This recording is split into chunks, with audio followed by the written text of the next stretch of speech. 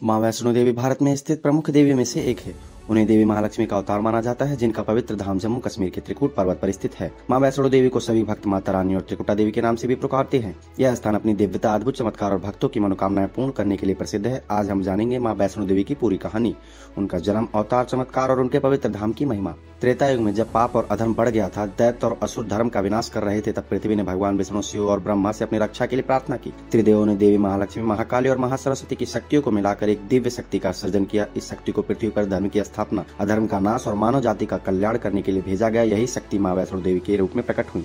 माँ वैष्णो देवी ने त्रेता युग में रत्नाकर सागर नामक ब्राह्मण के घर में कन्या के रूप में जन्म लिया। बचपन से ही वे साधारण बालिका न होकर अद्वितीय गुणों और अलौकिक तेज से युक्त थी। उनका असली नाम त्रिकुटा रखा गया।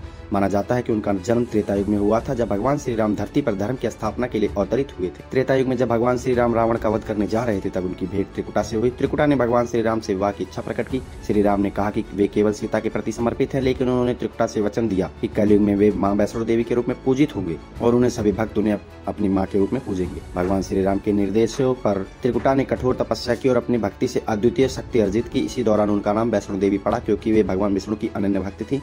भैरवनाथ, जो एक शक्तिशाली तांत्रिक था, माँ वैष्णो देवी की शक्ति और सुंदरता से प्रभावित होकर उन्हें परेशान करने लगा। भैरवनाथ ने उनका पीछा किया, जिससे बचने के लिए माँ ने त्रिकुट पर्वत की गुफा में शरण ली। भैरवनाथ ने गुफा में घुसने का प्रयास किया, तब माँ वैष्णो देवी ने महाकाली का रूप धारण कर उसका वध किया। भैरवनाथ ने मरते समय माँ से क्षमा मांगी। माँ ने उसे वरदान दिया कि जो भक्त उनके दर्शन के बाद भैरवनाथ मंदिर के दर्शन करेगा, उसकी यात्रा सफल मानी जाएगी। माँ वैष्णो देवी ने त्रिकुटा पर्वत की गुफा में अपने 3 स्वरूपों महाकाली, महालक्ष्मी और महासरस्वती के रूप में पिंडियों के रूप में प्रकट होकर निवास किया।